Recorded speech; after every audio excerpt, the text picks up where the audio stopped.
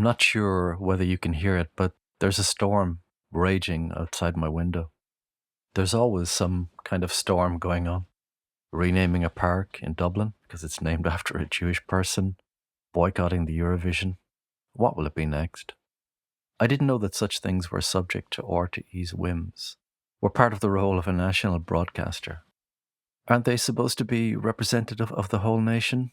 Not just a small rabble of unstable anti Semitic activists. This country is going off the rails, if you ask me. We really need to grow up.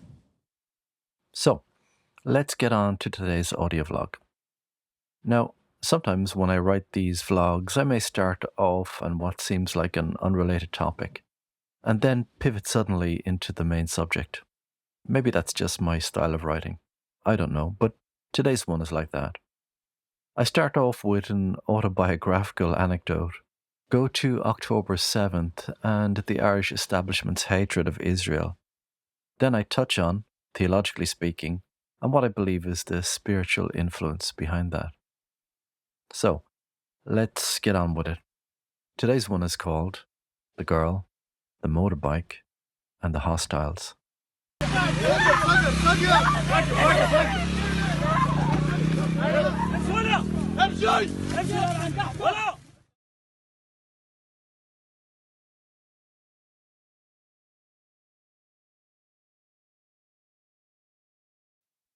My mother warned me off motorbikes. She used to go on about it non-stop, to the point of tedium, and to an extent that it did have an effect on me, as I've never had a desire to own one, until recent years. All my friends had motorbikes when I was in my mid to late teens. Honda 50s and the like. A bit naff looking now, but when you're a teenager, it gets you around, and maybe if you're lucky, it may impress a girl or two. I'd often get on the back of my friends' bikes if we were going somewhere, but my mother would know nothing of it, as I would do it under the radar, meet up out of sight down the road, and off we went. I remember one summer going down to a house my parents had in the country, a kind of holiday bungalow, me and my friends on the bikes. It was about sunrise and we were standing around outside the house, talking quietly so as not to wake the neighbours. A short distance off to our right, we noticed somebody else trying not to wake the neighbours also. It was two burglars with a crowbar trying to gain entry to the house next door. We just stopped and stared, waiting for one of them to notice us. Eventually, one did and elbowed his accomplice. It caught them off guard, the young teenagers with the motorbikes standing there observing them.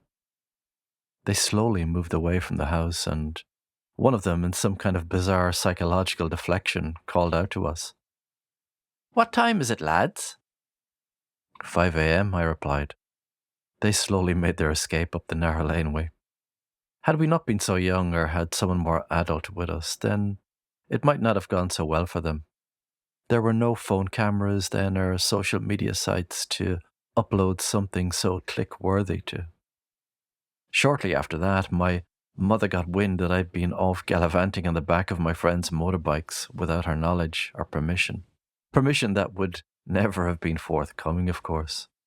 She went to my friend's father to put a stop to it. I was furious.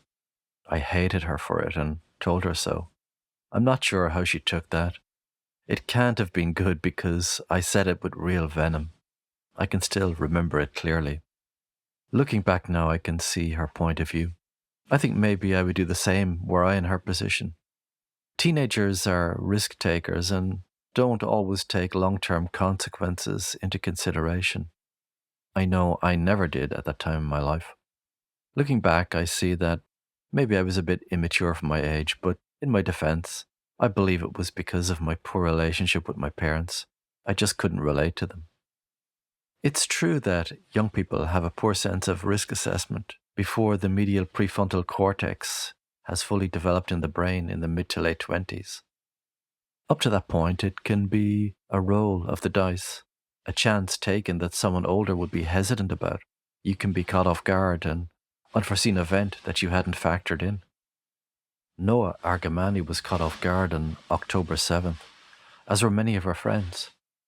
I saw her some time ago in a meeting with President Trump as she stood next to him in her beige coat, shaking his hand, grateful to be alive. Noah Argamani is the girl on the motorbike and for many became the face of October 7th as she was bundled onto the back of one, terrified, not knowing what her fate would be. Noah was one of the lucky ones. She was eventually rescued by Israeli special forces in a dramatic operation after they stormed the apartment where she was being held captive. Many of her compatriots were not so lucky. I've seen many of the videos which are not easy to watch, not easy to take in. It is a barbarism that we have never been exposed to because it's outside our experience. That's why many deny it or justify it, as they parade their Free Palestine ignorance and idealism down Ireland's streets while waving the flag of Hamas. The Irish governing class rewards such hostility towards the Jewish people because they themselves are hostile towards them. They chase whatever they think makes them look good, whatever will get them the pat on the head that they crave. They pontificate to one of the most successful states in the world, one of the most competent in every respect. This rabble of failures and simpletons we are governed by. They have no moral compass and broadcast to the world their acknowledgement of a fictitious state of Palestine, and, by doing so, partake in the events of October the 7th with this reward to the barbarians. Any sense of basic right or wrong seems to have been lost. That's why they have no issue flooding the country with hundreds of thousands of foreigners of an alien culture, which by coincidence are also hostile to the Jewish people. All the operatives in Dáil Éireann, with a few exceptions, seem to have one thing in common. They all hate Israel and verify it with their voting record. They capitulate to every left-wing whim that is presented to them, be it mass immigration, climate change, or Israel hatred. They have all been carried off with the motorbikes, but they go gladly, provided they get their pat on the back. Those that are hostile to Israel try to delegitimize the Jews. They will claim that Israel or the Jewish people are not the real Jews, that they're really European and so forth. My answer to that might be, okay, so where are the real Jews to be found if they are not in Israel? Oh, they don't exist anymore, they will say, or words to that effect. When the book of Revelation says that Christ will return to the nation of Israel, who exactly will he be coming back to? If you know your Bible, you'll know that God's covenant with the Jewish people and the land is eternal, and that the people will never cease to exist. If you now come along and say that they don't exist at all, then I can't help you. You have fallen prey to Islamic or left-wing narrative. I've often wondered why people are so hostile to the Jewish nation above all others, without cause for such hatred. I can only come to the conclusion that it's spiritual in nature and is a form of spiritual blindness. If I'm correct, and it is indeed spiritual, I'm speaking from a Christian perspective, of course, now, then from that perspective, it would be logical, theologically speaking, that Satan also hates those whom God has made a covenant with, given that this being is the enemy of God. Not believing it does not make it any less true, of course. Thus, if I am a follower of Satan, or out of relationship with God, that is, a non-Christian, then it would not be inconceivable by that logic that I would also be hostile to the things that Satan is hostile to. This, in my mind, explains much of the Jew hatred we are now seeing openly. God has not finished with the Jewish people, or replaced them, as some believe. It's there in Romans 11 in plain English. Now, I have digressed a little, but in the context of these Ireland-Israel essays, I needed to point that out. You see, the Irish political class are a little like the motorbike, in that a motorbike can be used for both good and evil. We saw that on October 7th as Noah Argamani was carried away. Once a motorbike is in motion, it can be very difficult to get off, to extract oneself.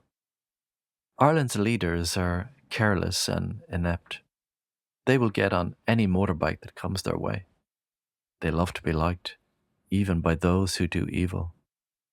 They are careless with their words, but words have consequences on a personal level and on a national one. Sometimes chickens can come home to roost, like when we are disinvited from the White House on Patrick's Day, or when we drive the Israeli embassy out of our capital, leaving it no other option other than to close its doors.